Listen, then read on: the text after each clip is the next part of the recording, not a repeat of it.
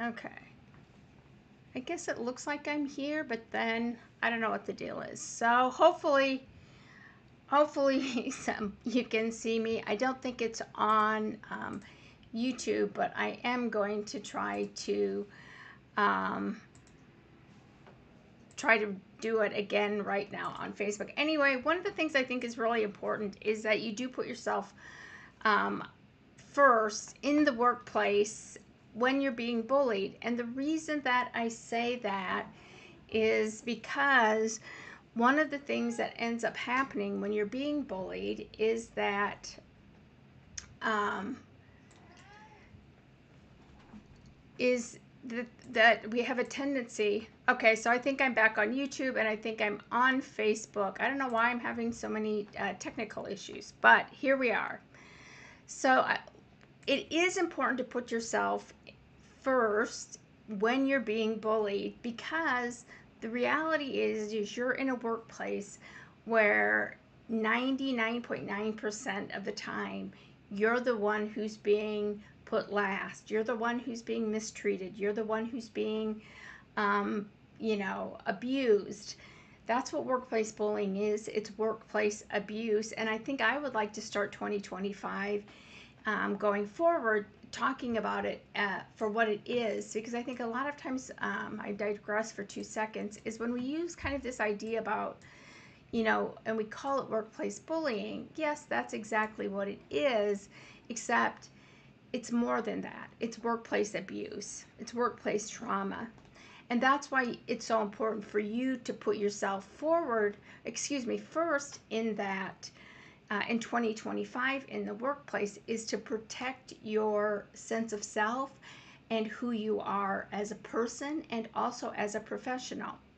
Because one of the things that happens in workplace bullying is, you're spending a lot of time at work. According to the Bureau of Labor Statistics, we're spending more time at work now than ever before. And so we're spending more time at work than we do at home oftentimes. And when you're being bullied, that's really an attack on who you are, both as a person and a professional, because oftentimes who we are as people and professionals are very integrated. We are not what we do, but oftentimes what we do is integrated into who we are as a person. For example, I started my career off as a social worker. That was based on who I was as a person, an empathetic, kind person who wanted to help and empower other people. Okay. And so those things are very much intertwined. It's very difficult to kind of parse out those, who you are as a person and who you are as a professional. And bullying and workplace abuse is an attack on you. And in order to protect yourself, you have to put yourself first. Doesn't mean that you're not doing your job properly, you're not engaging in your work responsibilities. What it means is that you're responding to the workplace abuse in a way that reduces the harm and doesn't make you vulnerable to workplace bullying, like defensiveness, right? We've talked about that before. And so you can do all sorts of things, and we've talked about these in the past, but even when you're being bullied at work, you can also still have career goals. You can still engage in professional development that is good for you, that makes you a better professional. And so think about those things as you move forward into 2025 is, what do you want for your career? I think one of the things that you have to really think about seriously is, the place that you're in, how long can you stay there? Okay. Right. And if you're staying in a workplace bullying situation, and many people do, myself included, stayed in there for decades, it's even more important that you put yourself first, so that you realize when things are getting to be too much, right? And when you might need to take a step back, or maybe, you need to call in sick or anything, or those sorts of things. And so you can engage in daily practices, and I want you to make a commitment to do this. Daily practices to counter the impact of bullying.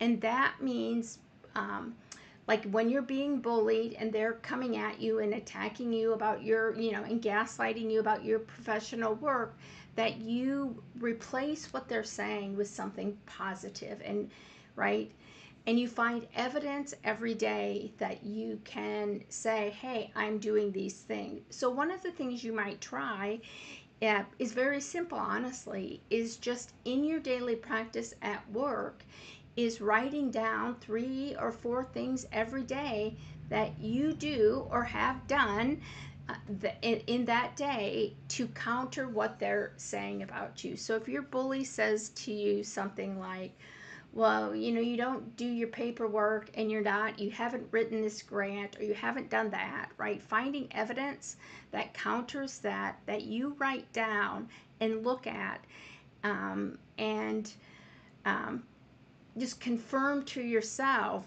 that you are doing what you're supposed to be doing, and that actually what they're doing is a reflection of them and not on you. So building that resilience barrier where those things, again, when they're said, bounce off rather than absorb into your confidence. And the other thing, I think, one of the things I think is really, really important is that lots of times when you're being bullied, right, what we focus on is getting the bullying to stop.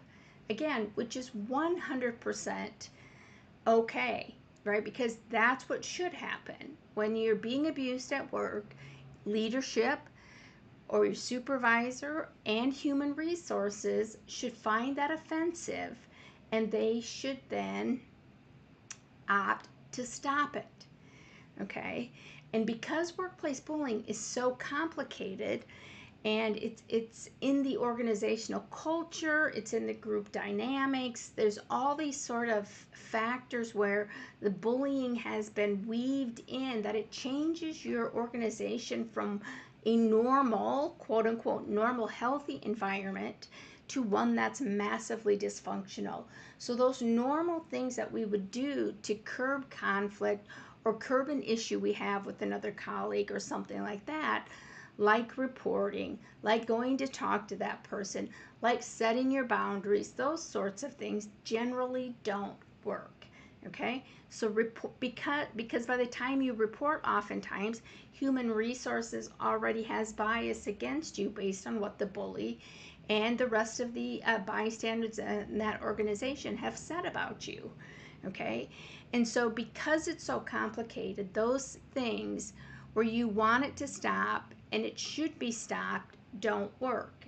And those things actually increase the bullying, don't decrease it. So they increase, it hurts you more if you report. It hurts you more if you go talk to the bully, those kinds of things, okay? And what ends up happening is we get very kind of hyper-focused on having somebody else come in and stop it, right? So we keep reporting, and we keep going back to the bully, or we keep calling out the bullying and those kinds of things, and that gets us focused on somebody else doing something rather than focusing on what is it that we can control in the workplace, which is of course ourselves and how we're responding. And you don't deserve to be bullied at all, okay? And I want you to say that every day. When you're walking into work, when you're at work, just say, I deserve a place that's respectful. I deserve to be treated with respect and dignity, right? Get some affirmations and weave those into your day. I know everybody's not an affirmations person, but when you're being bullied, you need something to counter what they're saying inside your own head, and affirmations are a good way to counter the negativity that you're getting with positive reinforcement from the most important person, which is you, okay?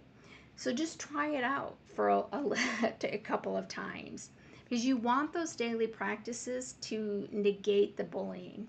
But the other thing, so you can't count on human resources. You can't count on your leadership. Your leaders might be the ones that are bullying you. Who you can count on is you. And you can learn strategies to reduce the harm, to respond in a way that is maybe more effective. First off, again, I want you to tell yourself this too. Nobody really knows how to respond to workplace bullying and workplace abuse because we're not programmed to respond that way. We're not taught that our workplaces are going to be abusive situations, and you just don't know how to respond to those things when they're happening. And the thing that's different about workplace abuse, that's different than other situations of abuse, is that you're getting abuse from a wide array of different factors. You're getting primary abuse from the bully, you're getting secondary abuse from bystanders, and tertiary abuse when organizations and leadership and don't do anything. So there's all these layered levels of abuse that are going on and on and on and on, and we just don't know how to respond, right? And so how you're responding is perfectly fine, but there are oftentimes ways to better respond more effectively. Like, I never knew how to respond to gaslighting when I was being bullied. I had to figure it out later, and think about it. And I didn't respond well to the bullies. I actually responded in ways that actually ended up hurting me more and causing me more trauma. And I don't want that for you. I want you to focus on yourself, put yourself first, and also learn how to respond to workplace bullying in a way that's more effective. And these are not just skills that you can use with bullies, these are just great skills in general in the workplace to learn how to respond to tense and difficult situations. Okay. So the other thing I want to say as we kind of head out here for 2024 is that I want you to know that you're important, right? And I want you to come back to this whenever you're feeling down or you think, oh my gosh, I don't know if I can do it. You can do it. Look at all you've been through. You've survived those things. You've done a good job dealing with the bully as best you can. And you are important. And you matter. And you have to be the one who takes the bull by the horn, so to speak, and make sure that you're caring for yourself, you're protecting yourself, you're protecting your well-being, trying to let that bullying bounce off you as much as possible. And in order to do that, you have to develop your resilient skills.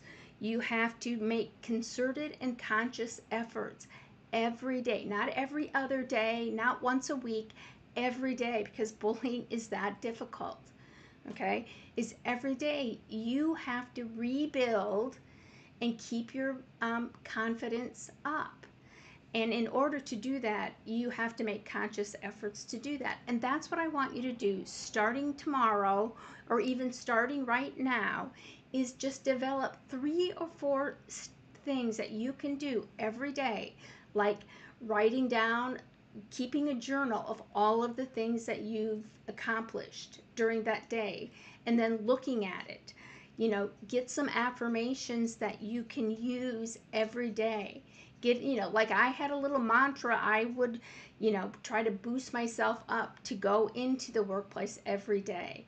I had music that I listened to, that, I created a playlist on YouTube that, of songs that I listened to when I was being bullied. There are all sorts of ways that you can protect your confidence and build up your resilience. And I want you to do that every day because you're so important. And if you need help in 2025, I'm here and I can help you with that. I was thinking about that recently is, if somebody like myself had come to me when I was being bullied and I said, hey, I can be your, advocate, I can work with you and help you strategize and deal with the bully, I thought, what would I say to that? And, honestly, I know what I would say because I know myself. I don't need help. I don't need help. But the reality is I did need help. Okay. And I was lucky I had somebody who was also bullied. Not, it wasn't lucky she was being bullied, but I did have a friend and we worked together. The problem is that we were not objective, okay? And a lot of the things that we brainstormed together were not always very effective in reducing the harm and protecting ourselves from the bullying and also promoting our career goals. And I think that one of the things, the first step you really have to take when you're being bullied is to understand that you are a good person, you are a great professional, you do not deserve to be bullied, but you also deserve to be helped. And when you're being bullied, you need help. And that's okay. There's nothing wrong with that. And I want you to know in 2025 that I'm here to help you in any way possible, even if it's just to send an email to say you don't even know what's going on and you don't know if you can keep your head above water, right? And so whatever you need, that's what I'm here for. And it's okay to put yourself first, and it's okay to ask for help if you need it. So on that note, I really hope that you can hear me this time. And I will be here on Thursday. And if you have any ideas or would like me to talk about something, please let me know. Otherwise, I will try to brainstorm and come up with something that is interesting. So as always, Happy New Year, and I'll see you in 2025.